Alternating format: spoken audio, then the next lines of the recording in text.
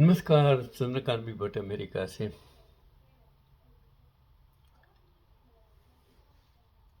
कभी कभी मैं सोचता हूँ कि धर्म कहाँ से आया। रूढ़िचुस्तता की वजह से आज धर्मांधता की वजह से आज धर्म बदनाम हो गया है। धर्म मानवता के लिए हो, इंसानियत के लिए होता है, लेकिन जब धर्म और राजकारण इकट्ठा हो जाता है और सत्ता का हथियार बन जाता है, तब समझ लेना वो देश, दुनिया, कुटुंब, समाज की बर्बादी हो जाती है। इसलिए शिक्षा सबसे बड़ी जरूरी होती है, क्योंकि शिक्षा के साथ स्वास्थ्य जुड़ा हुआ है और स्वास्थ्य और शिक्षा के साथ विज्ञान जुड़ा है और टेक्नोलॉजी ने आज पूरे विश्व को बदल दिया है। जो चीज़ें इम्पॉसिबल थी, जो रोग इम्पॉसिबल मिटाना अशक्य था, वो आज विज्ञान ने उसको, इंसानों को लंबी जिंदगी दी है।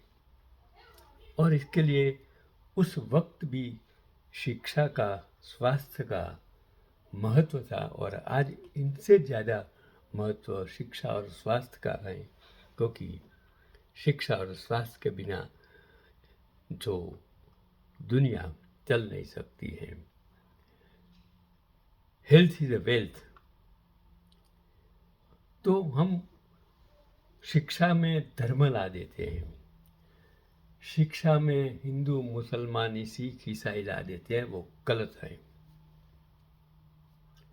कोई भी धर्म हो, उसमें डॉक्टर कौन सी जाति है का है वो इम्पोर्टेंट नहीं है। डॉक्टर कितना नॉलेज वाला है, क्या कर सकता है, वो इम्पोर्टेंट है।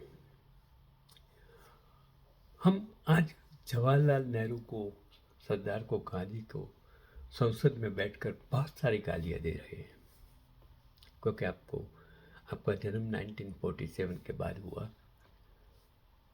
आपने आज़ादी का मतलब ही नहीं समझा है। आपको सिर्फ सत्ता मिल गई है, आपके बाप दादा, आपके पूर्वजों का कोई योगदान नहीं है, आपका तो था ही नहीं।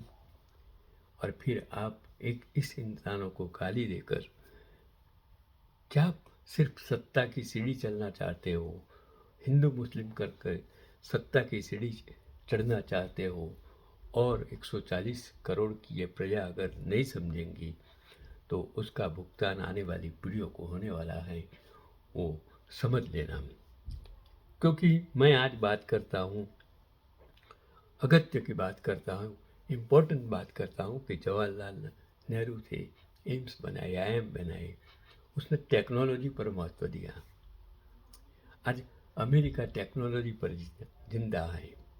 अगर टेक्नोलॉजी नहीं होती तो ये अमेरिका आज दुनिया भर में, मतलब विश्व गुरु नहीं होता।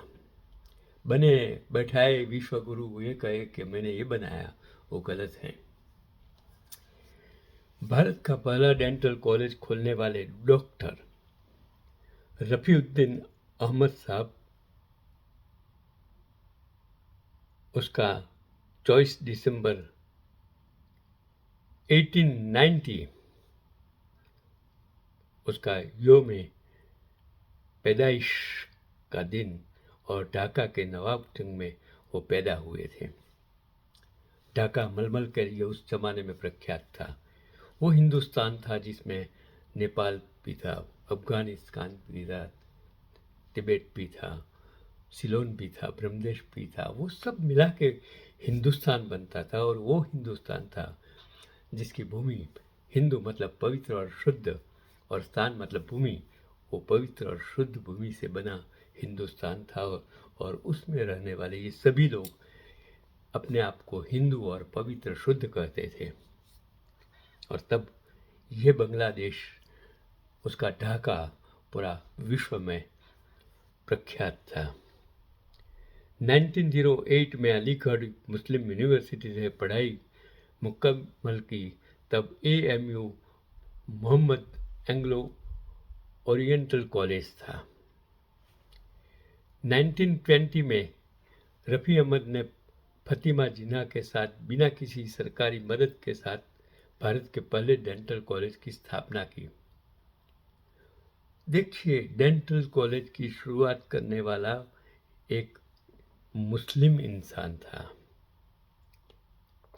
और 1925 में अहमद ने बंगाल डेंटल एसोसिएशन की भी स्थापना की, जिसके 3 बार अध्यक्ष रहे और 1947 बंटवारे के बाद फातिमा जिन्ना अपने भाई मोहम्मद अली जिन्ना के साथ पाकिस्तान चली गई, जबकि रफ़ी अहमद हिंदुस्तान में ही रहे और उन्होंने अपना मेडिकल कॉलेज 1949 में बंगाल सरकार को दान कर दिया। ऐसे बंदे, ऐसे देश प्रेमी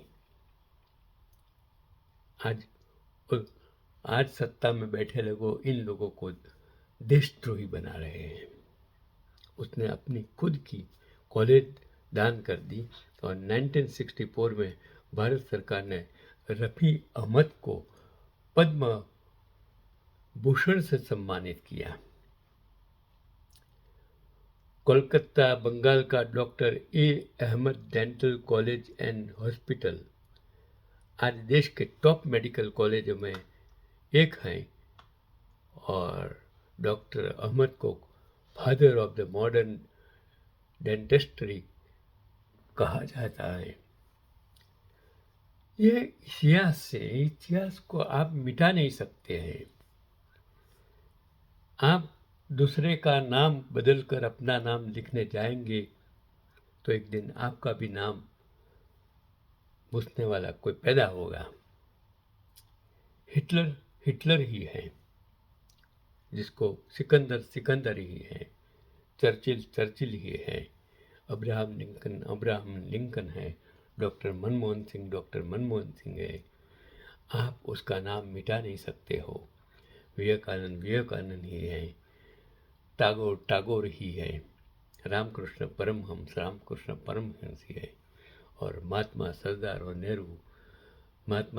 और नेहरू ही है। उसकी त्रिपुटी को आप कुछ नाम निशान मिटाने की कोशिश करेंगे तो एक दिन आपका नाम मिट जाएगा। मेरा कहने का तात्पर्य है कि हम अपने आप से क्या कर सकते हैं, जहाँ मेरा नाम नहीं, हमारा काम होना चाहिए, जो लोगों के लिए, समाज के लिए, गरीबों के लिए, वंचितों के लिए उपयोगी होना चाहिए, किसी को जिंदगी दे सके। और मैंने मेरे जीवन में यही सीखा।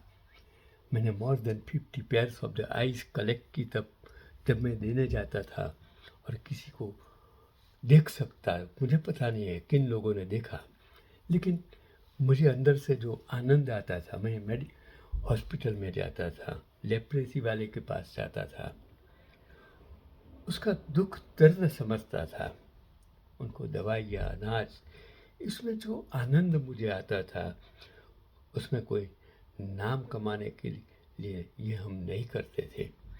मिल में था, बहुत गरीब मजदूर आते थे, मैं उसकी यातनाओं, उसकी तकलीफ़ों, उसकी मुसीबतों को मैं समझता था और मैं यही सोचता कि मैं इन लोगों को किस तरह मदद कर सकूं।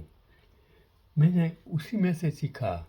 मैंने गरीबाई को गरीबाई नहीं कहा, मैंने गरीबाई को एक सीख समझी और इन लोगों की तकलीफ़ों को मैंने मेरा इन्वेस्टमेंट समझा।